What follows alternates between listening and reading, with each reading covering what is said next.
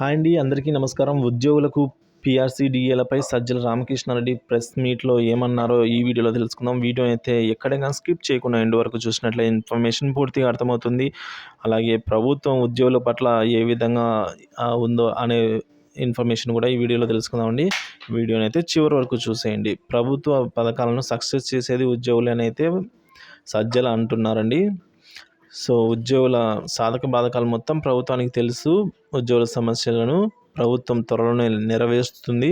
5 ఏళ్ల ప్రభుత్వ ప్రస్థానంలో ఉద్యోగుల సహకారం సాఫీగా సాగింది అని అయితే బ్రాహ్మణుల ఆత్మీయ సమ్మేళనంలో వైఎస్ఆర్సీపీ ప్రధాన కార్యదర్శి సజ్జల ఈ విధంగా ప్రెస్ మీట్ పెట్టి తెలియజేశారండి. సో దీన్ని బట్టి మనకు అర్థమవుతుందంటే ఉద్యోగుల గురించి ఆలోచిస్తున్నారు. ఏమంటే పెండింగ్ బకాయిలు డీఏలు వీటిని విడుదల చేయడానికి నిధులు సమకూర్చుకోవడంలో ప్రభుత్వానికి డబ్బులు దొరకడం లేదని అయితే చెప్తున్నారు. అలాగే రాష్ట్రంలో గత ప్రభుత్వం దిగిపోయేటప్పటి సమయానికి కూడా ఒక 3 లక్షల కోట్లు, దాదాపుగా 3 లక్షల కోట్లు అప్పు ఉండేది.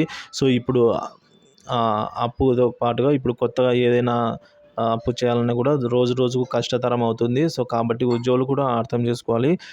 ప్రభుత్వం అయితే ఉద్యోగుల పట్ల సానుకూలంగానే ఉంది అని అయితే తన భావన వ్యక్తం చేయడం జరిగిందండి ప్రెస్ మీట్లో.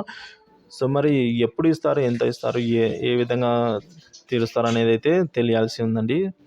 సో ఇదివరకే ప్రభుత్వం అయితే 5,500 కోట్లు మార్చి 31 లోపల తీరుస్తాము అంటే అకౌంట్లో జమ అయ్యేలా చూస్తాం, త్వరితగతిన జమ చేస్తామని అయితే మాట ఇచ్చిన సంగతి మనకు తెలిసిందే.